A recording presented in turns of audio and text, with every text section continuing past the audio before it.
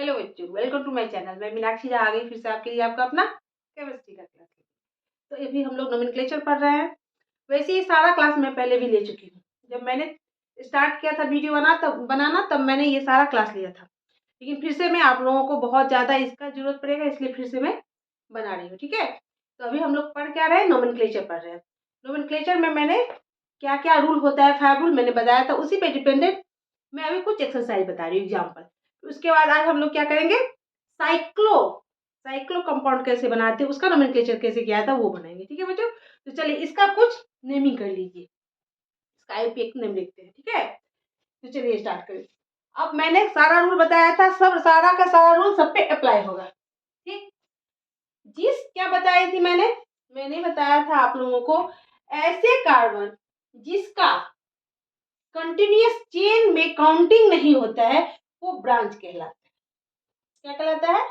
Branch. तो ये क्या हुआ, ये कार्बन ब्रांच हुआ। ठीक है, इसका नेमिंग करेंगे तो क्या होगा, अब नंबरिंग करना है। तो चूंकि यहाँ पे ओनली 3 कार्बन है नंबर, तो पहले क्या होगा 1 2 3। 3 कार्बन के लिए क्या करते हैं, प्रोप। सिंगल बॉन्ड है, कहीं डबल बॉन्ड नहीं है तो एन। ठीक है, 3 carbon prop single bond n, तो प्रोपेन हो गया। ठीक, एंड यहाँ पे ब्रांच लगा हुआ, ये क्या है, मिथाइल। एक कार्बन का नंबरिंग डाले, चाहे इधर से डाले चाहे इधर से डाले, लोएस्ट लोकेंट रूल का अप्लाई करेंगे। तो दोनों तरफ से लोएस्ट लोकेंट एक ही पोजीशन आएगा, चाहे इधर से करें राइट टू लेफ्ट या लेफ्ट टू राइट, तो पोजीशन क्या होगा, ये 2 नंबर पे ही आएगा। लॉन्गेस्ट चेन करेंगे तो इधर से भी काउंट करेंगे 1 2 3 ही आएगा, इधर से भी करेंगे तो 1 2 3 ही आएगा। सारा रूल अप्लाई हो गया। तो इसका नंबरिंग करेंगे 1 2 3। आगे बात समझ में, तो क्या होगा 2 मिथाइल 2। क्या अप्लाई, क्या बताई थी मैंने रूल में आप लोगों को, जो नंबर एंड लेटर के बीच में जो सेपरेशन होता है किसके द्वारा, हाइफन के द्वारा। तो 2 फर्स्ट लेटर कैपिटल होता है,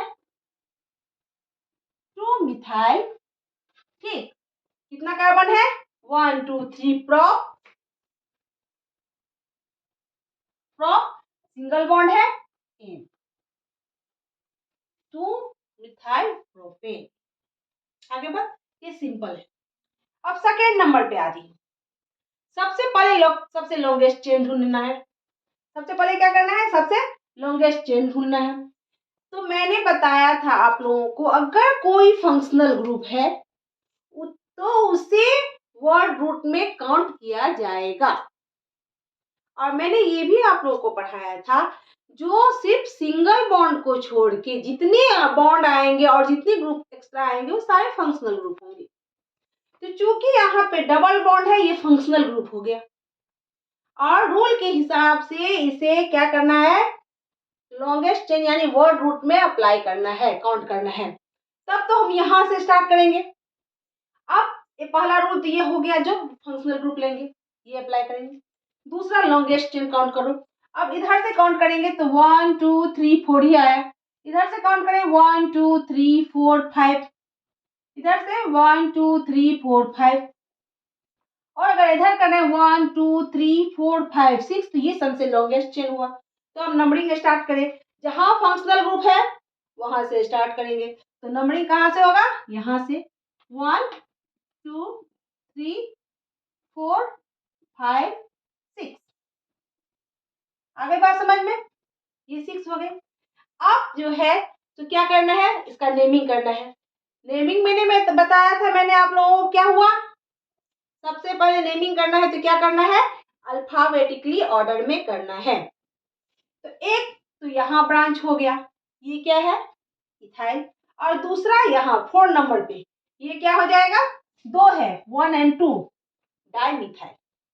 आगे बात समझ में, ये रूल भी मैंने बताया था आप लोगों को, क्या, जो डाई ट्राई टेट्रा जो होता है, न्यूमेरिक नंबरिंग जो होता है, उसका मेन नेमिंग में जो होता है कोई प्रेफरेंस नहीं मिलता है।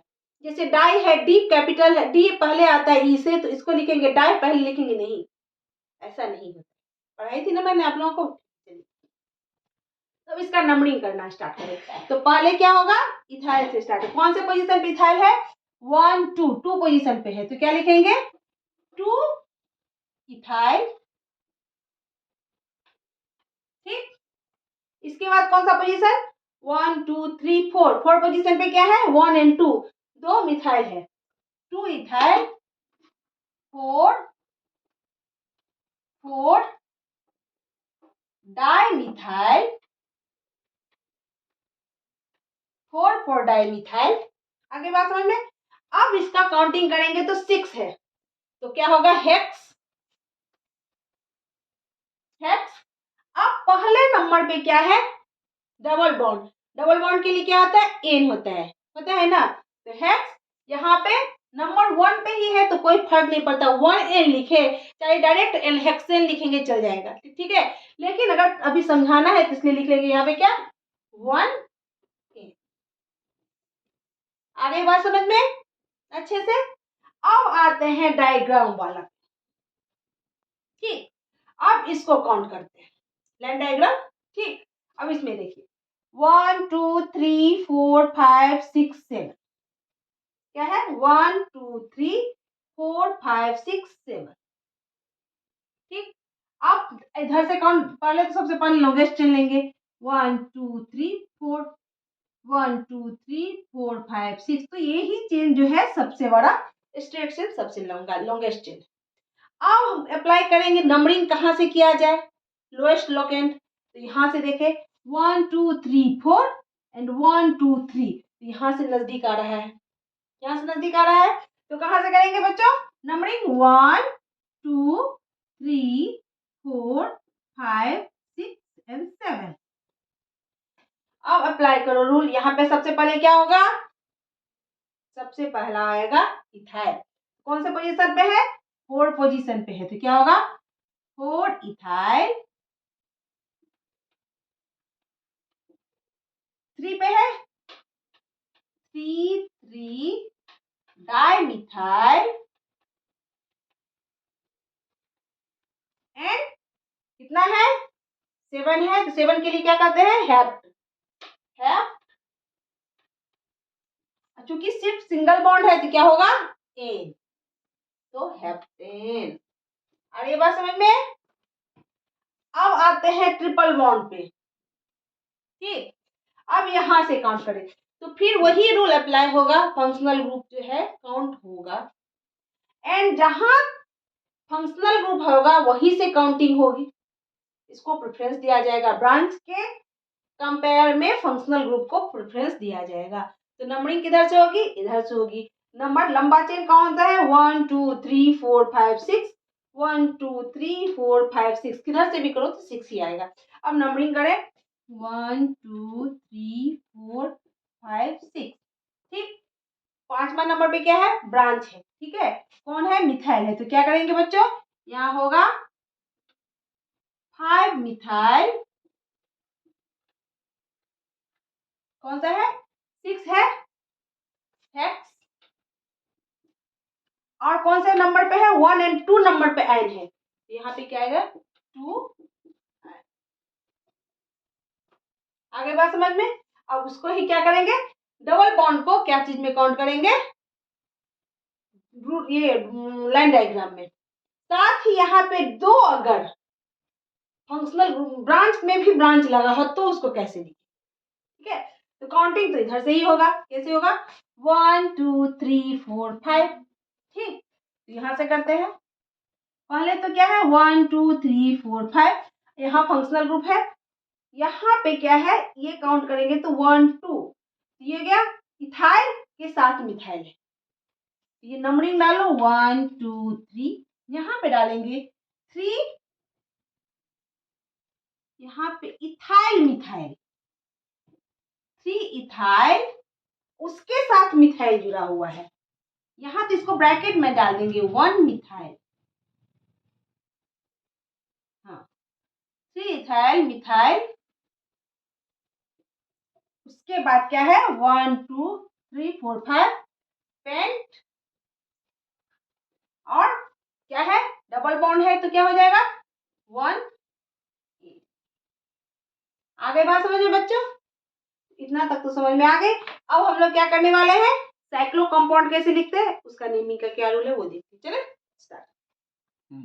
अभी हम लोग क्या करने वाले हैं, nomenclature of cyclic compound.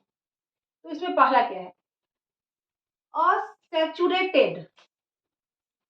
असेचुरेटेड monocyclic compound is named by prefixing cyclo to the corresponding straight chain alkane। क्या होगा, अगर साइकिल में हो जाएगा वो corresponding चेन जो है स्ट्रेट चेन साइकिल होगा तो वो क्या कहलाएगा, वो उसको परफिक्स कौन सा डाला जाएगा, साइक्लो डाला जाएगा उसके साथ हमेशा।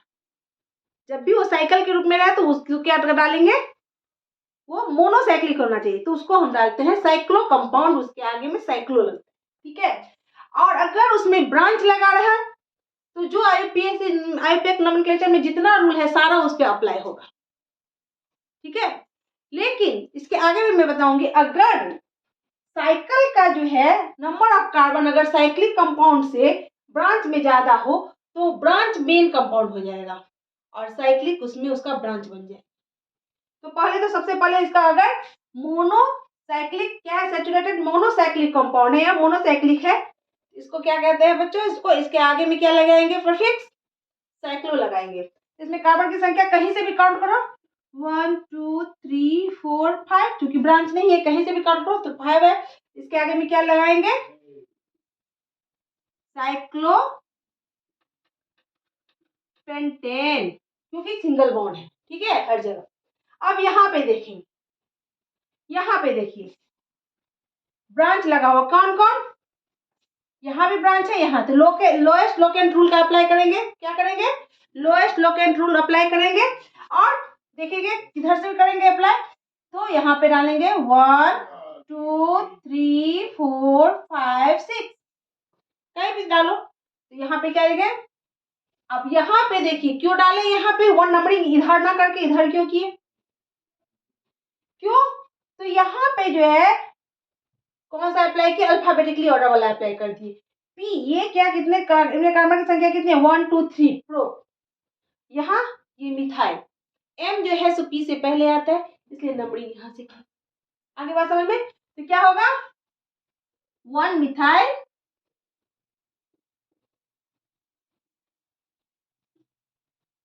5 सॉरी 1 मिथाइल 1 2 3 4 5 6 3 प्रोपाइल, साइकिल में है इसलिए साइक्लो, सिंगल बॉन्ड है और कार्बन की संख्या 6 है इसलिए cyclo hex, single bond and cyclohexane. अब यहाँ नंबरिंग करें तो चूंकि एक कार्बन पे 2 ब्रांच निकला है तो नंबरिंग का प्रेफरेंस यहाँ डालेंगे।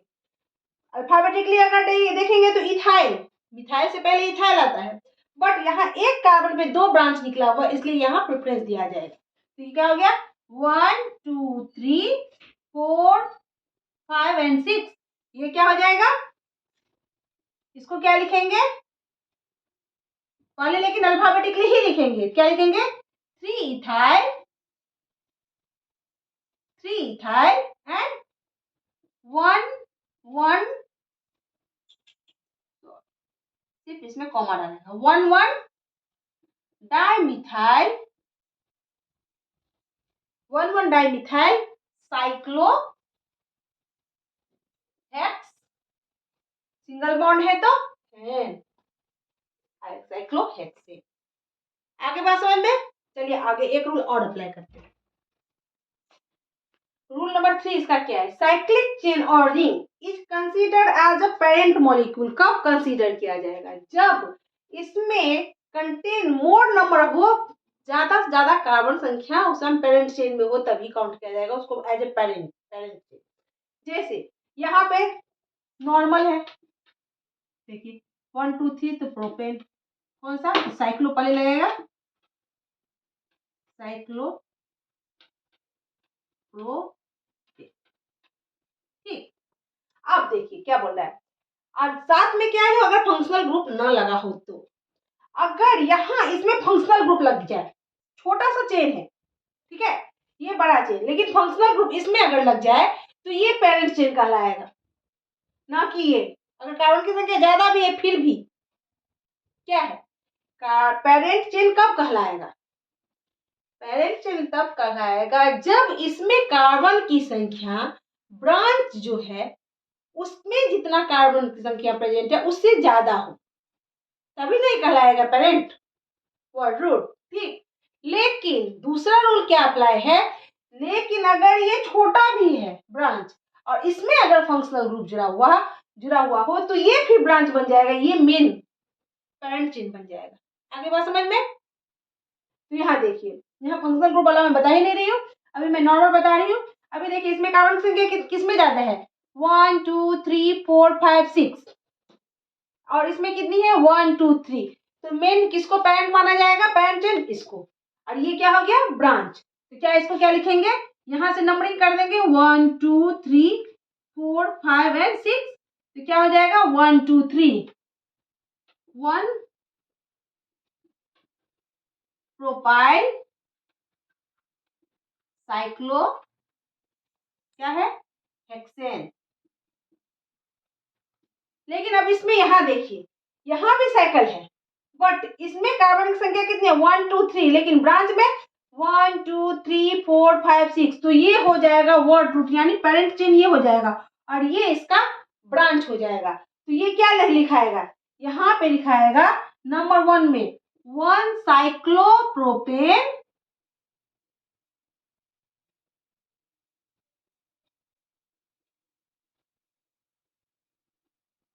पेन और हेक्सेन। आगे बात समझ में बच्चों, यहाँ तक बात समझ में आ गई। 1 साइक्लो, तो ये क्या हो गया, ये हो गया इसका ब्रांच, ये सब ब्रांच हो गया। आगे बात समझ में। अब एक रूल और अप्लाई, ठीक है, कितना देर हुआ, 20 हो गया हाँ? और चौथा रूल वही है जो मैंने अभी बताया है, क्या, if aliphatic side chain contain less number of carbon atom, अगर एलिफैटिक यानी स्ट्रेट चेन में होता है, वो क्या करेगा, less number of carbon atom then a cyclic chain के कंपैरिजन में कम ना उसमें कार्बन एटम हो, बट लेकिन अगर if it has some functional group on it, अगर कोई फंक्शनल ग्रुप इसके साथ हो, the cyclic chain is considered as a substituent, तो साइक्लिक चेन क्या हो जाएगा, एज अ सब्स्टिट्यूएंट काउंट किया जाएगा। आगे बात समझ में। जैसे एग्जांपल देख लीजिए, यहाँ पे देखिए जैसे क्या हो, यहाँ साइकिल में कार्बन की संख्या किसमें ज्यादा है, यहाँ पे 1 और 2 है, इसमें कितना है 1 2 3 4, तो यहाँ पे नॉर्मल होगा तो क्या हो जाएगा, यहाँ 1 करेंगे तो ethyl 1 ethyl butyl 1 ethyl butane 1 ethyl, ये क्या हो जाएगा 1 2 3 एंड 4, तो क्या 4 के लिए क्या होता है यहाँ ब्यूटेन, क्योंकि कार्बन ये क्या है सिंगल बॉन्ड है सारा। लेकिन अब यहाँ देखिए इसमें कार्बन की संख्या कितनी है 1 एंड 2, ओनली 2, और साइक्लिक चेन में 1 2 3 4 है, बट क्या है यहाँ पे इस एलिफैटिक चेन के साथ फंक्शनल ग्रुप जुड़ा है, कौन सा, ये डबल बॉन्ड, तो एज अ पेरेंट चेन इसका काउंटिंग किया जाएगा और ये हो गया सब्स्टिट्यूएंट। आगे बात समझ में, अगर फंक्शनल ग्रुप जुड़ा हुआ है तो ये क्या हो जाएगा एज ए सब्स्टिट्यूएंट, तो इसको हम सब्स्टिट्यूएंट की तरह लिखेंगे, तो क्या लिखेंगे यहाँ पे 1, ठीक है 1 2, यहाँ पे नंबरिंग करेंगे तो 1 एंड 2, ये दूसरा नंबर, यहाँ दूसरा नंबर पे क्या लिखेंगे 2 साइक्लो ब्यूटेन। ठीक, अब यहाँ पे आ जाएगा इथ, और क्या है डबल बॉन्ड है तो यहाँ पे एन, 2 साइक्लोब्यूटेन इथेन। आगे बात समझ में बच्चों। तो इस तरह से अब जो इसका एक्सरसाइज है एग्जांपल मैं अब नेक्स्ट क्लास में करूंगी, ठीक है। आई थिंक मैंने जितना आप लोगों को समझाया अच्छे से समझ में आ गया होगा। ऐसे ही मेरे चैनल के साथ जुड़े रहिए, मैंने जो जो पढ़ाया उसे अच्छे से समझ लीजिए, इसको पॉज कर करके अच्छे से इसका नोट बना लीजिए और जितना हो सके मेरे वीडियो को शेयर कीजिए। अगर सब्सक्राइब नहीं किया है तो जल्द से जल्द सब्सक्राइब कीजिए, लाइक कीजिए और अच्छा अच्छा कमेंट भेजिए। जो नहीं समझ में आ रहा है तो बताइए, मैं फिर से समझाऊंगी। तब तक के लिए टेक केयर, बाय बाय।